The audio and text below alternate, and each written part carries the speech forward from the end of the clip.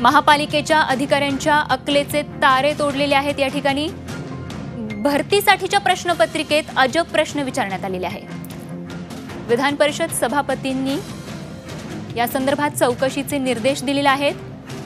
डोकं चक्रावून टाकणारे असे प्रश्न यामध्ये विचारण्यात आले।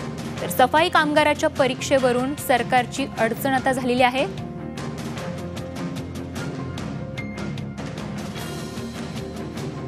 तर नेमके हे प्रश्न काय आहेत यावर एक नजर टाकूया। 88 नक्षत्रांमधील सर्वात विस्तृत नक्षत्र कोणतं?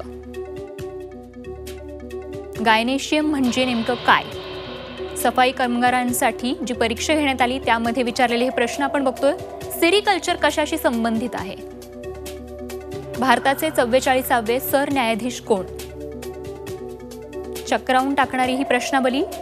लोणच्यामध्ये उपयोगात येणाऱ्या विनेगरमध्ये काय असतं?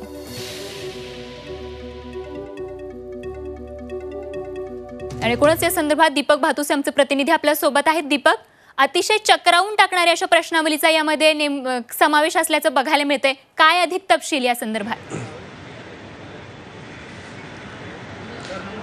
स्वाती, हे प्रश्न वाचून हसावं की रडावं अशी स्थिती आहे। कारण सफाई कामगारांच्या भरतीसाठी मुंबई महापालिकेने 10वी शिक्षणाची अट ठेवली होती आणि त्यांच्यासाठी ही ऑनलाईन प्रश्नपत्रिका काढण्यात आली होती। ती झी मीडियाच्या हाती ऑनलाईन प्रश्नपत्रिका आहे आणि या प्रश्नपत्रिकेमध्ये 10वी उत्तीर्ण असलेल्या आणि सफाई कामगाराच्या भरतीसाठी आलेल्या विद्यार्थ्यांना किंवा उमेदवारांना या पद्धतीचे प्रश्न विचारण्यात आले होते। आपण हे प्रश्न वाचले तर अनेकांना या प्रश्नाचा संबंधही कशाशी आहे ते कळणार नाही। गायनेशियम म्हणजे काय किंवा सेरिकल्चर कशाशी संबंधित आहे? भारताचे 44वे सरन्यायाधीश कोण? म्हणजे UPSC आणि MPSCच्या परीक्षेसाठी IAS आणि IPS किंवा जिल्हाधिकाऱ्यांसाठी ज्या परीक्षा होतात त्या परीक्षेसाठी या कठोरतम पातळीचे प्रश्न विचारले जातात। एवढे कठीण प्रश्न विचारले जातात। ते प्रश्न मुंबई महापालिकेने सफाई कामगारांच्या भरतीसाठी आलेल्या विद्यार्थ्यांना उमेदवारांना विचारले होते। एक प्रकारे या विद्यार्थ्यांची ही चेष्टा म्हणावी लागेल। कारण सफाई कामगार जो 10वी पास आहे आणि 10वी पास झाल्यानंतर नोकरी कुठे मिळत नाही म्हणून बेरोजगार आहे आणि अगदी नाईलाजाने सफाई कामगारांसाठी किमान आपलं पोट चालवण्यासाठी नोकरी हातात हवी म्हणून अनेक बेरोजगार जे आहेत ते अशा पद्धतीने सफाई कामगार परीक्षेसाठी अर्ज करतात, भरतीसाठी अर्ज करतात आणि त्यांची परीक्षा घेताना मुंबई महापालिकेच्या यंत्रणेने अत्यंत एवढे कठीण प्रश्न या विद्यार्थ्यांना, या उमेदवारांना विचारलेले आहेत। त्यामुळे ही या विद्यार्थ्यांची खरं तर क्रूर चेष्टा म्हणावी लागेल। कारण स्वतःच्या खर्चाने मोठ्या आशेने हे बेरोजगार तरुण या परीक्षेला बसले होते, परंतु जेव्हा प्रश्नपत्रिका हातात आली तेव्हा डोकं खाजवण्यापलीकडे या विद्यार्थ्यांना काहीच हातात शिल्लक नसणार। कारण एवढे कठीण प्रश्न UPSC आणि MPSCच्या तयारी करणाऱ्या विद्यार्थ्यांनीही अनेकदा देणं अवघड जातं।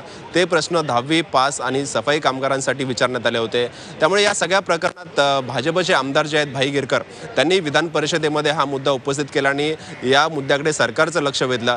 भाई गिरकरांनी तर आव्हान केलं आहे की मुंबईचे महापौर त्याचबरोबर समितीचे जे सदस्य आहेत किंवा जे अधिकारी आहेत ज्यांनी या प्रश्नपत्रिकेशी संबंधित आहेत, भरती प्रक्रियेशी संबंधित आहेत, त्या अधिकाऱ्यांनी या प्रश्नांची उत्तरं देऊन दाखवावी असं आव्हानच भाई गिरकर यांनी केलेलं आहे। आणि या सगळ्या प्रकरणी अधिकाऱ्यांवर कारवाई करावी अशी मागणी त्यांनी केलेली आहे। विधान परिषदेचे सभापती रामराजे निंबाळकर यांनी या सगळ्या प्रकरणाची गंभीर दखल घेतली आणि राज्य सरकारला या सगळ्या प्रकरणात चौकशी करून कारवाईचे आदेश दिलेले आहेत। परंतु मुंबई महापालिकेने सफाई कामगारांच्या परीक्षेसाठी आलेल्या उमेदवारांची ही क्रूर चेष्टा केली असं म्हणावं लागेल। स्वाती, तर बेरोजगार तरुणांची क्रूर चेष्टा करणारी ही प्रश्नपत्रिका तयार करणाऱ्यांनी आपली अक्कल गहाण ठेवली होती की काय असा प्रश्न निश्चितच या निमित्ताने उपस्थित होतोय। धन्यवाद दीपक या सविस्तर माहितीसाठी। झी 24 तास रहा एक पाऊल पुढे।